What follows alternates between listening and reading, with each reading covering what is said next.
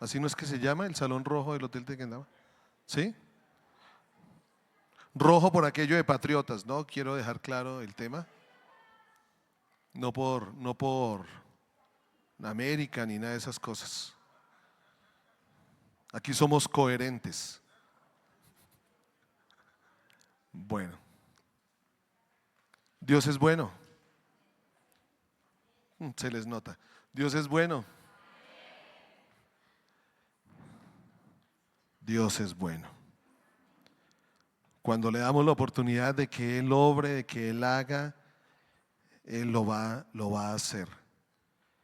Y rápidamente, no quiero tomar mucho tiempo, aunque sé que ustedes desearían quedarse hasta la 1 de la tarde, y esa risa me confirma que así es. Solo quiero dejar algo en el corazón en esta mañana. Siempre le hemos dicho al Señor: esta casa es tuya y lo que Él quiera hacer, Él tiene la libertad. Nosotros somos colaboradores suyos, siervos suyos. Si Él quiere cambiarnos la agenda, Él la cambia.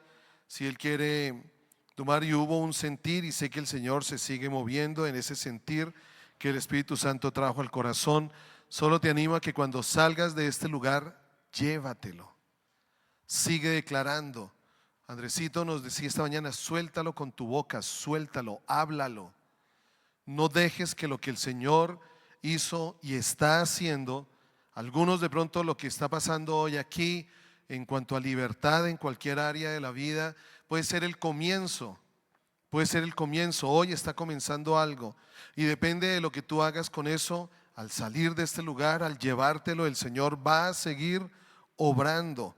Él es fiel y Él siempre ha querido una completa transformación de nuestro espíritu, alma y cuerpo. Por eso llévatelo, decláralo. Así lo que escuches alrededor, así las circunstancias alrededor hablen lo contrario, así tu corazón te diga lo contrario, así tus emociones te digan lo contrario, así tus pensamientos te digan lo contrario. Tú declara lo que el Señor puso en tu corazón hoy de lo que Él está haciendo en tu vida, porque Él, vale la pena decirlo, ya lo hizo. Lo que hoy Él ya está obrando sobre ti es algo que ya fue hecho, que en la fe que tú tienes por Él lo traes a este momento y Él lo va a hacer. Por eso no lo pierdas. Que sea esa perla que encontraste, que sea esa perla la que tú de pronto no habías visto y ahora la tomas, ese tesoro precioso, el cual lo guardas en el corazón, lo atesoras, y que el Señor siga trabajando sobre eso que está allí en tu corazón. Pero hoy traía unos pensamientos y hoy quiero dejar algo en ustedes. Estamos, siempre que vienen estas épocas de elecciones, siempre que vienen estas épocas de cambio de gobierno o de continuidad de gobierno, cambio de Congreso, todo esto que está sucediendo, yo siento muchas veces que esto trae un halo de como de tanta humanidad, o siento que como que esto se vuelve ya, cambia el tema como a lo terrenal, como que es tan terrenal lo que va a pasar hace 8 días, y de pronto por ese mismo pensamiento a veces perdemos de vista que en esto que sucede en cuanto hacia dónde las naciones van, el propósito hacia dónde Dios quiere llevar las naciones, su iglesia tiene un papel fundamental, los hijos de Dios tienen un papel fundamental en esto. Y rápidamente, por eso he llamado como a esta pequeña reflexión, nuestro llamado hoy. Nuestro llamado hoy. Y quiero comenzar con algo. Yo sé que esta imagen les va a hablar a ustedes. ¿Adivinan quién es?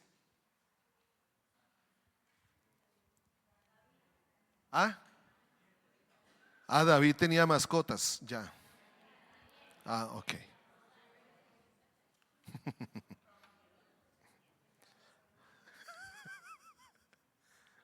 Siempre que Andrés viene nos ponen problemas. Jerusalén ardía, las murallas estaban en ruinas, el templo destruido, el pueblo encadenado, y entre los cautivos iba un joven. tal vez de 15 o 16 años. Su nombre era Daniel. Lo arrancaron de su tierra, lo separaron de su familia, lo llevaron a Babilonia, el imperio más poderoso del mundo. Allí no solo querían cambiar su dirección, allí querían cambiar su identidad. Le enseñaron otro idioma, le dieron otra educación, le quisieron cambiar la dieta y finalmente le cambiaron el nombre. Daniel, Dios es mi juez, ahora se llamaría Belsasar. Bel protege al rey. El mensaje era claro: olvida quién eres, ahora perteneces a Babilonia. Pero la escritura dice algo poderoso. Daniel propuso en su corazón, ¿qué? No contaminarse. Nadie veía esa decisión. No fue un discurso público, no fue una protesta, fue una decisión interna. Pasaron los años. Daniel se convirtió en consejero real. Trabajó dentro del sistema, administró en el gobierno, sirvió con excelencia a un rey pagano. Pero cuando firmaron un decreto que prohibía orar al Dios verdadero, Daniel no hizo campaña política, no organizó una revolución, no negoció su fe. Simplemente abrió su ventana y oró. Como siempre, oró. Lo lanzaron al foso de los leones. Imagínalo esa noche, el silencio, el sonido de los leones respirando a su lado, la oscuridad. Pero al amanecer, el rey gritó: Daniel, el Dios a quien tú sirves pudo librarte. Y desde el fondo del foso se oyó una voz firme: mi Dios envió su ángel. Babilonia tenía su cuerpo, pero nunca tuvo su corazón. Daniel vivía en Babilonia, pero pertenecía al reino del cielo. Tenía una ciudadanía terrenal, pero también una ciudadanía celestial innegociable. Y hoy la pregunta es: ¿vivimos en esta nación? Trabajamos aquí, estudiamos, pagamos impuestos, pero ¿quién realmente gobierna nuestro corazón? ¿El sistema o el rey? Daniel no decidió esa noche en el foso a quién pertenecía. Lo había decidido mucho antes en su corazón. Porque el verdadero campo de batalla no fue el foso de los leones, fue el corazón. Y encontré una frase muy especial allí: Babilonia tenía poder, pero Daniel tenía autoridad. Entonces, antes de compartir rápidamente estos principios, o algo que quiero dejarlos en el corazón, animémonos conforme a lo que dice la palabra a tener fe, esperanza y confianza en Dios sin ningún temor. Porque generalmente lo que sucede en estos tiempos y en estas épocas es que la fe, la confianza, la seguridad y la esperanza es puesta en el sistema y nos apartamos de poner nuestra mirada en Dios. Miren lo que dice Efesios capítulo 2 versículo 12. Vamos a abrir allí la palabra un momento. Efesios 2, 12.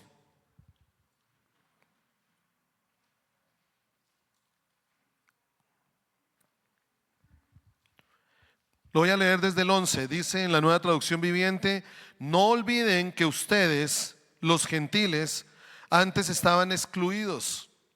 Eran llamados paganos incircuncisos por los judíos, quienes estaban orgullosos de la circuncisión, aun cuando esa práctica solo afectaba su cuerpo, no su corazón.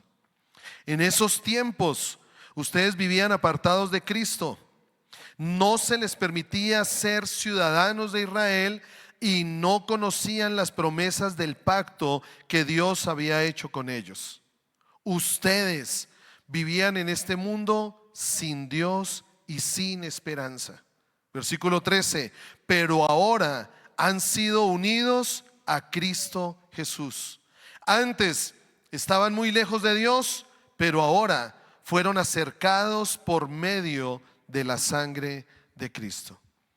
Uno de los dones del Espíritu Santo es la esperanza, que juntamente con la fe y el amor es una característica esencial que permanece en el creyente, aun cuando todo se acabe. Es interesante que cuando escribió Pablo esta parte a la iglesia en Corinto, él hablaba que lo único que permanecía era la fe, la esperanza y el amor. Podía acabarse la profecía, podían acabarse las lenguas, podía acabarse el conocimiento, pero la fe, la esperanza y el amor iban a permanecer. El concepto bíblico de esperanza no es solo una mera expectación o deseo, como a veces se dice, sino incluye confianza. La esperanza del Nuevo Testamento, que tiene raíces profundas en el Antiguo Testamento, traduce varias palabras. La esperanza traduce confianza, fe, seguridad. Por eso es que nuestra esperanza no está puesta en los hombres. Esto debe ser nuestra visión de los tiempos. Entender los tiempos que estamos viviendo, entender los tiempos que van a venir, comienza comprendiendo que nuestra esperanza no está puesta en el hombre. Hebreos 11, del 10 al 13 declara esto: Abraham esperaba con confianza una ciudad de cimientos eternos, una ciudad diseñada y construida por Dios. Así que una nación entera provino de este solo hombre, quien estaba casi muerto a tener hijos. Todas estas personas murieron aún creyendo lo que Dios les había prometido. Y aunque no recibieron lo prometido, la palabra dice que lo vieron desde lejos y lo aceptaron con gusto. Coincidieron en que eran extranjeros y nómadas aquí en este mundo. Ahora, algo que debemos entender es que la historia de Daniel no es solo la historia de un joven fiel en medio de un imperio pagano. Es la evidencia de algo más grande. Y lo que el Señor quiere dejar en nuestro corazón es que Dios no solo estaba interesado en guardar la vida de Daniel. Dios estaba interesado en impactar a Babilonia. Y si ustedes ven la historia allí en el libro de Daniel, van a ver lo que Dios hizo allí en ese imperio pagano. Porque algo que debemos comprender: nuestro Dios no solamente es un Dios de individuos, no solamente es un Dios de familias, Él es un Dios de generaciones, Él es un Dios de naciones. Y aquí quiero dejarlo primero. Dios es un Dios de naciones. Él comenzó con dos individuos. Se hizo rey y señor de dos corazones. Pero a través de dos corazones, el corazón de Adán y Eva, el Señor anhelaba ser el Dios de familias, que fue lo que sucedió con Abraham. Allí dice en Génesis 13, 12, 13, dice que en Abraham serán benditas todas las familias de la tierra. Todas las familias de la tierra. Dios es un Dios de individuos. Dios es un Dios de familia, pero también es un Dios de generaciones. Porque a través de Abraham vino la bendición para Isaac, vino la bendición para cada una de las generaciones de ahí en adelante. ¿Y qué hacen las generaciones? Pues las familias, individuos, hombres y mujeres, gobernados por el Señor, conforman ciudades y conforman naciones. Vamos a escuchar muchas veces en la Biblia, vamos a leer muchas veces en la Biblia cuando el Señor le habla a la nación de Israel. El deseo del Señor es que todas las naciones vengan a Él, las naciones. Por eso en Génesis 18, Miren lo que declara Génesis 18:18. Dice, pues Abraham sin duda llegará a formar una nación grande y poderosa, y todas las naciones de la tierra serán bendecidas por medio de él. Dios nos quiere bendecir a nosotros. Dios quiere bendecir nuestra familia, pero no podemos perder de vista que el anhelo de Dios es bendecir a la nación. A veces hemos sido un poco egoístas con esto.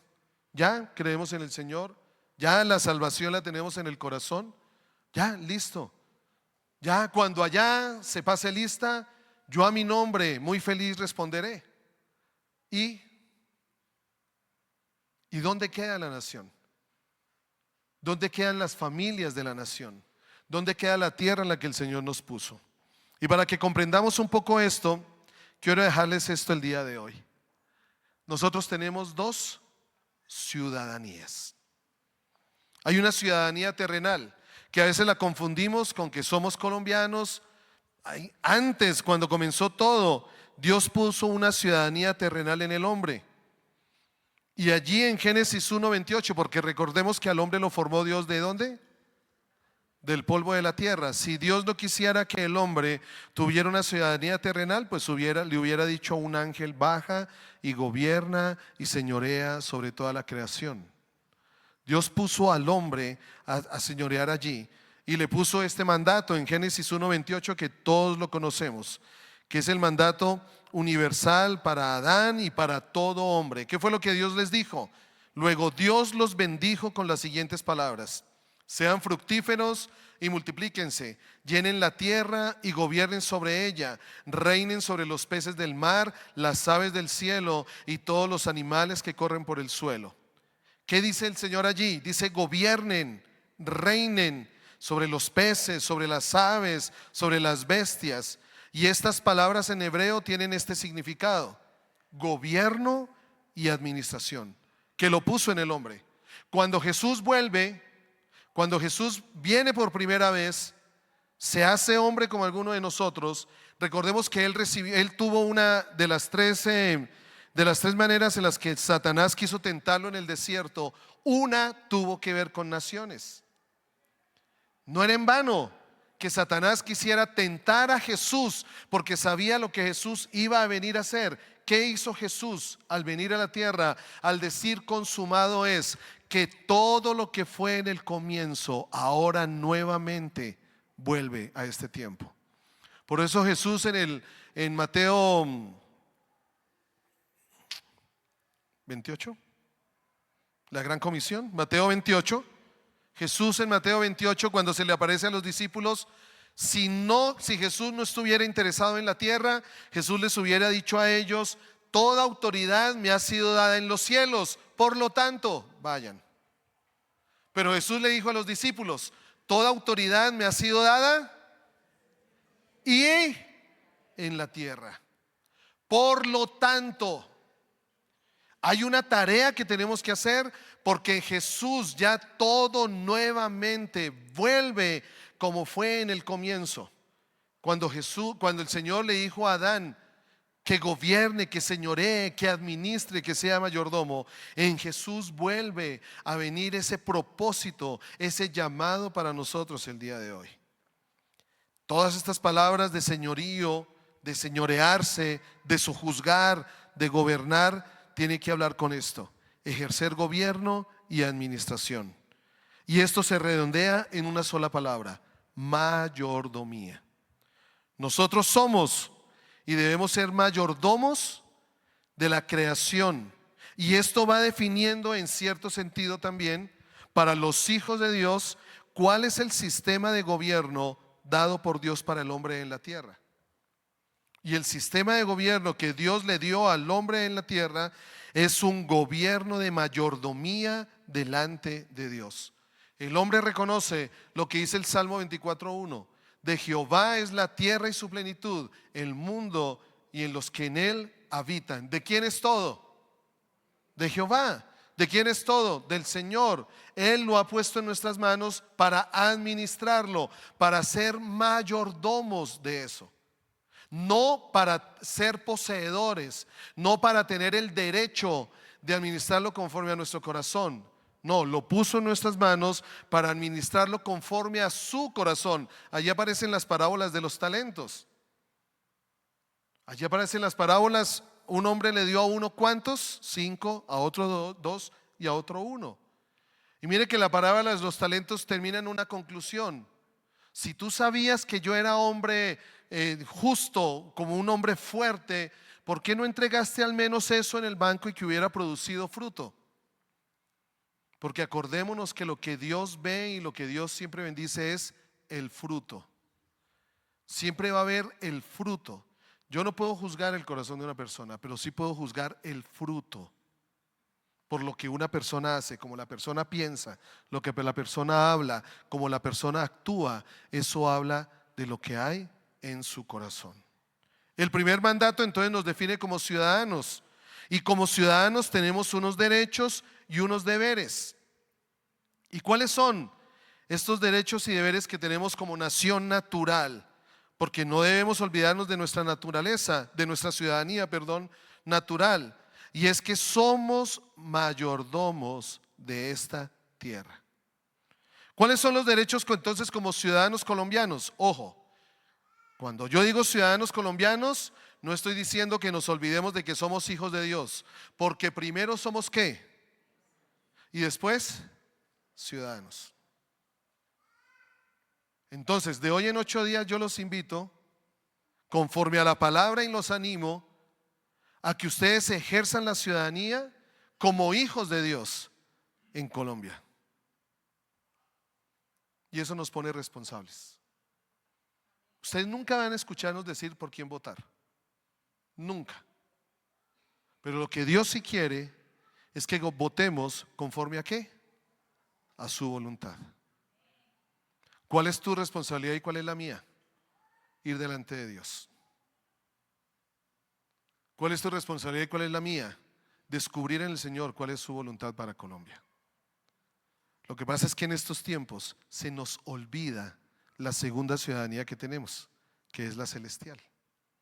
¿Qué derechos tenemos? Bueno, el deber es de ser buenos ciudadanos en Colombia, ser mayordomos, comprometernos a hacer patria como lo hizo Abraham, a servir a la comunidad como lo hizo Jesús, a comprometernos con lo que Dios ha puesto en nuestras manos, con la profesión, con el trabajo que tenemos, como lo hizo con Daniel, a comprometernos a que esta nación sea para el Señor.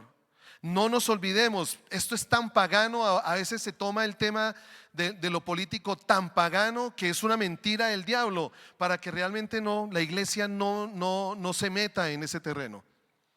No se meta en ese terreno. Y nos hemos olvidado que el Señor ha puesto gobierno y autoridad sobre la iglesia. Pero es el gobierno de Dios y es la autoridad de Dios. Y lo segundo es que tenemos otra ciudadanía. No sé si aquí ciudadanos, ser buenos mayordomos, comprometernos a hacer patria como Abraham, servir a la comunidad y con la profesión que elegimos. Lo que el Señor ha puesto en nuestras manos no ha sido en vano. Eso no fue porque para ver que pobrecito tiene que comer, entonces que traiga algo a la casa. No, es la manera también en que somos mayordomos de lo que Dios nos ha dado, y es la manera también de ejercer gobierno en lo que Dios nos ha dado. Y tenemos otra ciudadanía que es la celestial. ¿De qué nos habla la ciudadanía celestial? Que tenemos el deber, y me gustó mucho encontrar esto, tenemos el deber de no quedarnos sentados allí donde estamos. Porque a veces la ciudadanía celestial, y con esto cierro, ya algunos están oliendo la empanada, algunos el asado los está haciendo, ya se está alborotando la gastritis. Mi papá ya estaría de mal genio. Mi papá eran las 12 del día y a las 12 del día tenía que estar sentado en la mesa. Pero la ciudadanía celestial nos llama a no quedarnos sentados. Es lo que el enemigo ha querido hacer, que la iglesia se quede sentada. Creemos que nuestro compromiso con Dios es venir y sentarnos. Creemos que nuestro compromiso con Entre comillas, la religión es venir aquí y sentarnos y escuchar una palabra y hablar y adorar al Señor y orar. Sí, aquí nuevamente nos animamos, aquí nuevamente nos llenamos, nuevamente aquí nuestro corazón es avivado para salir y ejercer el gobierno de Dios en todo lo que hacemos. Lo que decía, lo que declaraba Andresito en esta mañana, nos puso como hombres la responsabilidad.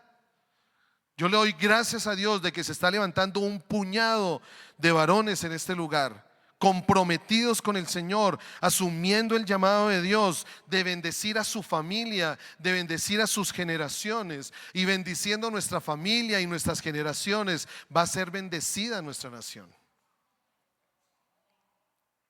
Que levantemos nuestras generaciones con los principios de la palabra de Dios, que caminen la palabra de Dios. Pero no solo es que nosotros como papás se las enseñemos a ellos y vayan ustedes caminen, no. Nuestros hijos tienen que ver que nosotros estamos caminando esos principios. Es muy fácil soltarle la responsabilidad a la congregación. Es muy fácil soltarle la responsabilidad a los pastores. A la final, el Señor a mí me va a pedir cuentas de mi familia. Por quienes me va a preguntar primero es por mi familia. Si les mostré el camino, si estuve dispuesto a recorrer ese camino y llevarlos a ellos. Por lo tanto, no es quedarnos sentados en una silla. Primero debemos comprometernos en servirle ¿a quién? Al Rey. Nosotros somos siervos del Rey. Somos siervos del Rey. Corintios capítulo 3 dice que somos colaboradores de Él. Nosotros estamos comprometidos con servirle al Rey. ¿Y qué vino a hacer el Rey? Pues el Rey vino a establecer su reino en la tierra. Por eso toda autoridad a Él le ha sido dada. Por eso nos ha puesto una tarea. ¿Cuál es lo segundo? De predicar el Evangelio. Y predicar el Evangelio no es hablarlo. Es como lo decía Agustín de Hipona. Habla y si es necesario predica. Que nuestros hechos, nuestras acciones tienen que hablar de que somos hijos de Dios. Nuestros hechos, nuestras acciones hablan del Evangelio que fue predicado en la tierra, de lo que vino a enseñar Jesús, de venir a servir, de la humildad, de la mansedumbre, de que estamos llamados sencillamente a entregar toda nuestra vida por Él y para Él, que de pronto entregándole nuestra vida a Él vamos a ser vituperados, vamos a ser perseguidos, pero ahí es donde viene la esperanza, porque la esperanza nos habla de que hay un tiempo en el que Él, el Rey, va a volver y le vamos a tener que ver la cara al Rey y le vamos a tener que dar cuentas al Rey. Así como el Señor que repartió los talentos vino, el Rey va a volver. Por eso comprometernos en la extensión de su reino, comprometernos en ser formados para servir a nuestra patria celestial. Yo no quiero tomarme más tiempo. Esto como hay un juego cuando se hacían estos encuentros. Cuando llevábamos a los jóvenes a los encuentros siempre había un juego que llamaba Guerra de Altares. Esto es un tiempo de guerra de reinos, guerra de altares. Y yo solo los animo a que ustedes comprendan y que nosotros comprendamos que somos hijos de Dios. Hijos de Dios, llamados a traer transformación a esta tierra. No es un sueño, no es algo ilusorio, no es algo bonito, no es un cuento lleno de color, es una realidad. Y en la medida en que caminemos, tomemos decisiones como hijos de Dios, vamos a ver el cambio en nuestra tierra. Vamos a ver el cambio en nuestra tierra.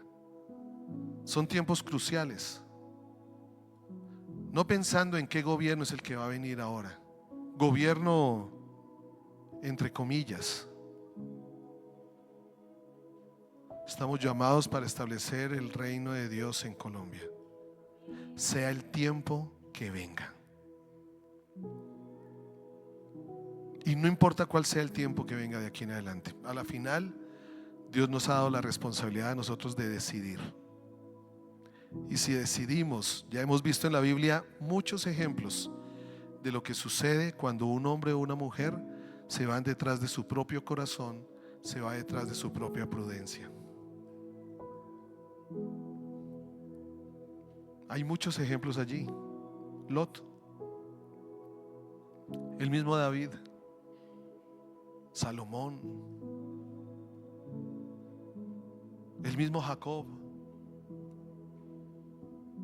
Judas.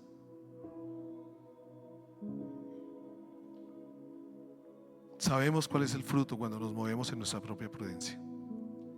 Pero yo oro para que el Señor ponga en nosotros la responsabilidad, primeramente con Él, de que Él nos ha puesto en una nación para administrarla.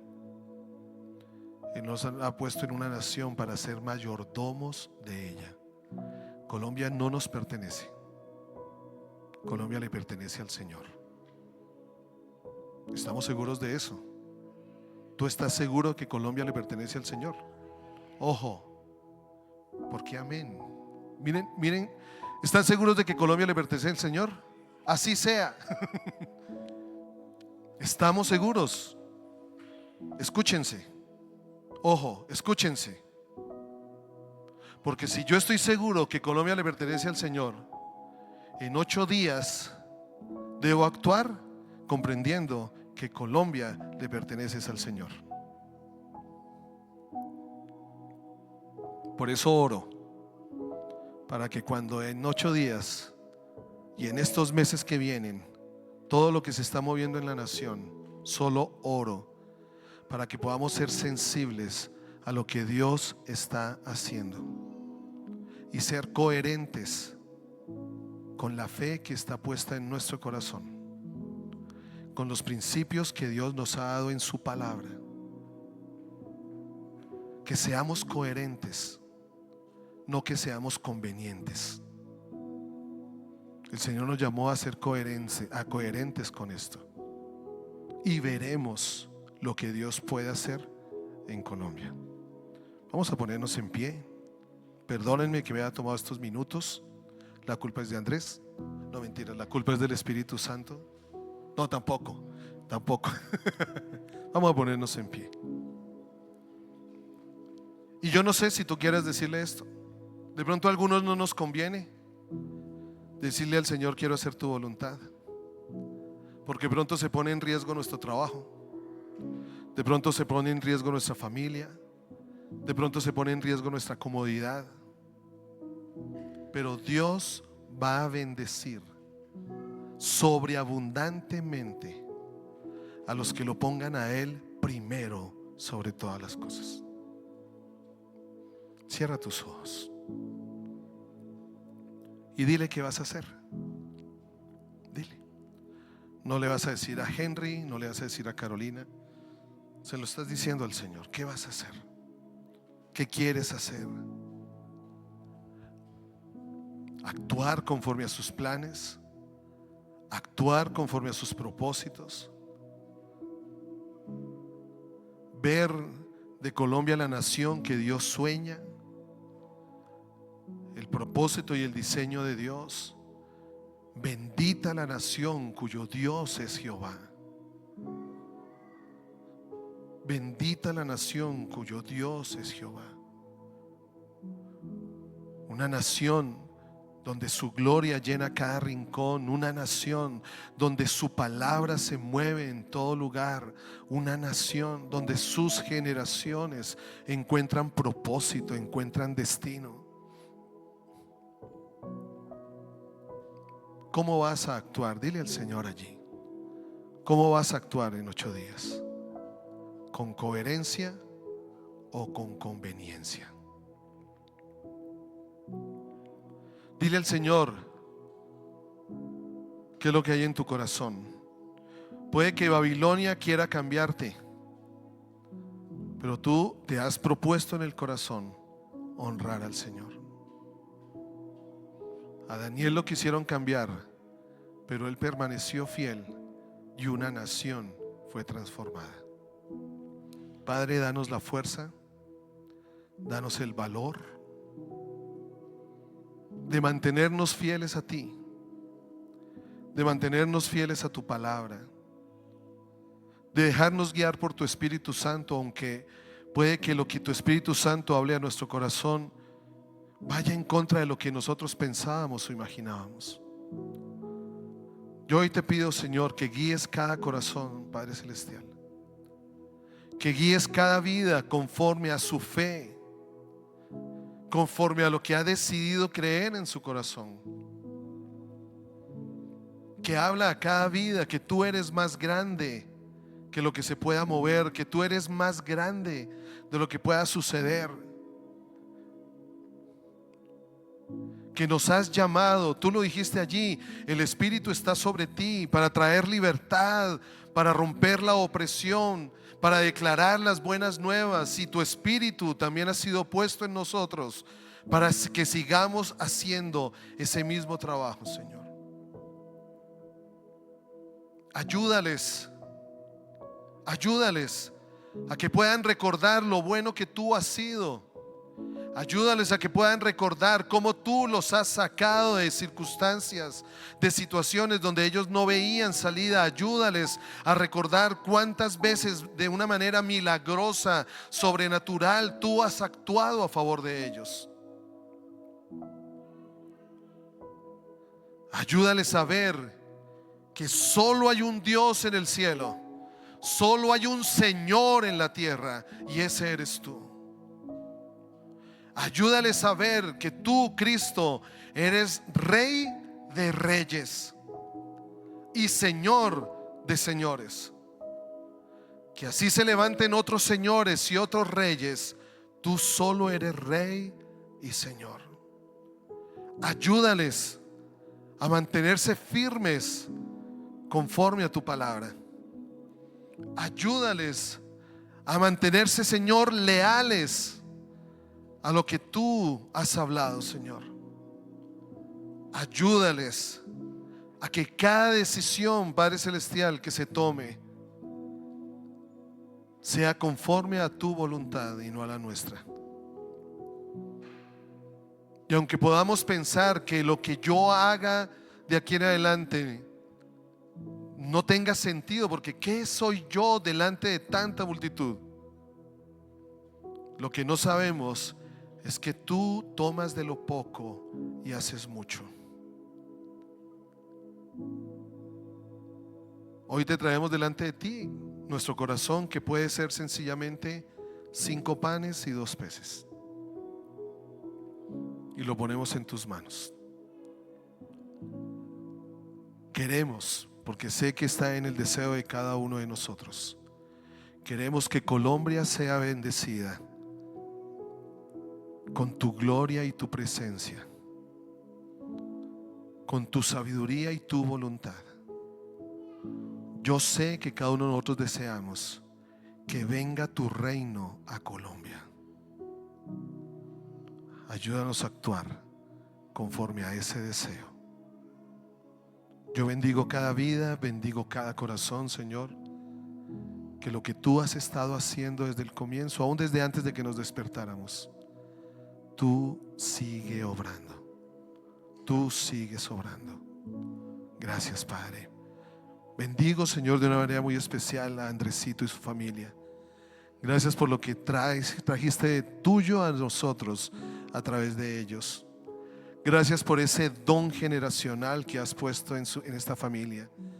Señor, que lo que ellos hacen, Padre Celestial, transforme más y más. Señor, han sido llamados a transformar familias, Padre. No es en vano que él y sus hijos, que ellos y sus hijos estén por el mismo camino. Y declaramos, Padre Celestial, que los llenas de mayor gracia, mayor favor, y que siempre, como ha sido desde que ellos tomaron la decisión de seguirte a ti, los seguirás supliendo, seguirás derramando sobre ellos lo necesario para que cumplan su llamado tuyo en esta tierra, Padre. En el nombre de Jesús, y bendigo cada familia, Padre, en tu nombre. Amén. Amén.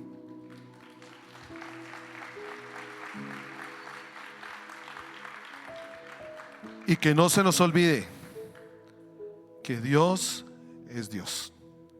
Los bendigo.